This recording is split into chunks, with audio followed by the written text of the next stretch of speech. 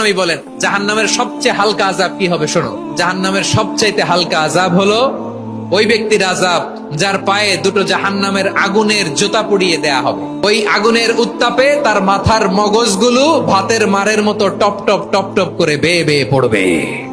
নাউজুবিল্লাহ পড়বেন না? আচ্ছা প্রিয় সিলেট, আওয়াজ করে বলেন, এইটা যদি সবচেয়ে লাইট পানিশমেন্ট হয়, সবচেয়ে হালকা পাতলা সহনীয় আযাব যদি হয়, তাহলে ভয়ঙ্কর তোমার আযাবের কি অবস্থা হবে? আমরা কি ওই জাহান্নামে যেতে চাই? জাহান্নামের অবস্থা এত ভয়ঙ্কর হবে, জাহান্নামের ভেতরে লক্ষ লক্ষ কোটি কোটি কাফির মুশরিককে দেওয়ার পরেও জাহান্নাম বলবে হাল মিন মাজিদ, আরো আছে নাকি, আরো দাও। কোটি কোটি কাফেরের দল, মুশরিকের দল, সীমা লঙ্ঘনকারী দল, তাদেরকে যখন জাহান্নামে ফেলা হবে, বড় বড় পাথর খণ্ড জাহান্নামে ফেলা হবে, তারপরও জাহান্নাম বলবে হাল মিন মাজিদ, আরো আছে নাকি, দাও, আরো দাও, আরো দাও। আমার ক্ষুধা নিবারণ হয় নাই। জাহান্নামে তো উত্তপ্ত হবে, জ্বলন্ত হবে, ভয়ঙ্কর হবে। জাহান্নামের এক অংশ আরেক অংশকে খেয়ে ফেলবে। আল্লাহু আকবার। ফেরেশতারাও টালমাটাল হয়ে যাবে। জাহান্নামের রক্ষী ফেরেশতারা কি করবে তারা নিজেরাও বুঝতে পারবে না। কোটি কোটি মুশরিক কাফেরদেরকে জাহান্নামে নিক্ষেপ করার পরেও জাহান্নাম ঠান্ডা হবে না, শান্ত হবে না, বলবে হাল মিন মাজিদ, আরো আছে নাকি, আরো দাও। তখন আল্লাহ তাআলার কুদরতি পা জাহান্নামের ভেতরে ঢুকিয়ে দিবেন। সুবহানাল্লাহ পড়তে পারলেন না মজা করে? কোনো কিছুতেই যখন জাহান্নামকে শান্ত করা যায় না, আল্লাহ তাআলা তার কুদরতি পা জাহান্নামে ঢুকিয়ে দিবেন। দেয়ার সাথে সাথে জাহান্নাম থেকে আওয়াজ আসবে, কাত কাত বিইজ্জাতিকা ওয়া বিকদরিক, আল্লাহ বিইজ্জাতিকা ওয়া বিকারামিক, আল্লাহ আপনার ইজ্জতের কসম, যথেষ্ট হয়েছে, এনাফ এনাফ, আর লাগবে না। সুবহানাল্লাহ বলেন।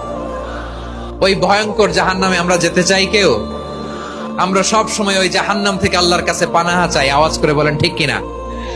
বিশ্বনবী সব সময় আল্লাহর কাছে আল্লাহর জান্নাত চাইতেন, আল্লাহর জাহান্নাম থেকে পানাহা চাইতেন। তিনি বলতেন আল্লাহুম্মা ইন্না নাসআলুকাল জান্নাতা ওয়া নাউযু বিকা মিনান নার, আল্লাহ তোমার কাছে জান্নাত চাই, তোমার জাহান্নাম থেকে পানাহা চাই।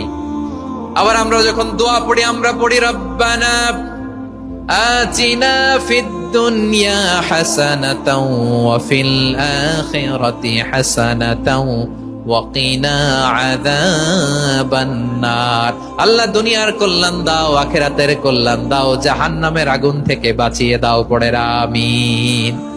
ওয়া কিনা আযাবান নার মানে কি?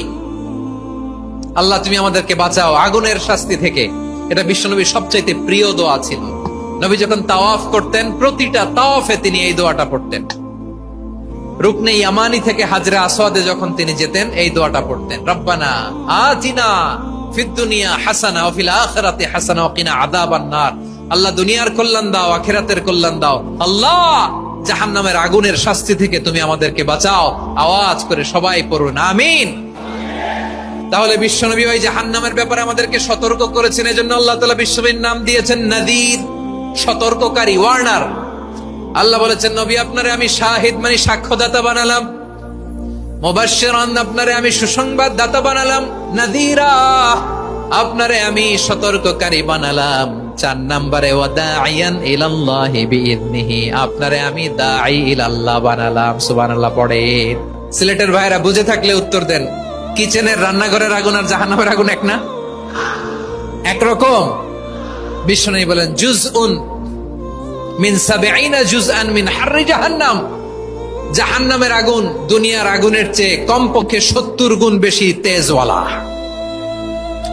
জাহান্নামের আগুনকে আল্লাহ নাম দিয়েছেন নারুল্লাহ। এটা আল্লাহর আগুন, নারুল্লাহিল মুকাদা আল্লাতী তাত্তালিউ আলাল আফিদা, যেটা কলিজার মধ্যে যে ধরে যায়। দুনিয়ার আগুন হাতে লাগলে হাত জ্বলে, পায়ে লাগলে পা জ্বলে। জাহান্নামের আগুন দেহের যেই জায়গায় লাগুক না কেন, সাথে সাথে কলিজাটা জ্বলে ছাই হয়ে যাবে। নারুল্লাহিল মুকাদা আল্লাতী তাত্তালিউ আলাল আফইদা, জাহান্নামের আগুন গায়ে লাগলে আপনার কলিজা পুড়ে ছাই হয়ে যাবে। ওই জাহান্নামে আমরা যেতে চাই? আমরা তো সবাই মিলে নাশিদ গাইলাম, জান্নাতে আমরা একা যাব না, সবাই মিলে যাব। ওই জাহান্নাম থেকেও সবাই মিলে বাঁচার দরকার আছে না নাই? কি ভয়ঙ্কর শাস্তির বর্ণনা যে বিশ্বনবী দিয়েছেন, এত বিস্তর আলোচনার সুযোগ আমার নাই। আমি শুধু সবচেয়ে হালকা পাতলা, দ্য লাইট পানিশমেন্ট, সবচেয়ে হালকা শাস্তি কি হবে এটা বলবো।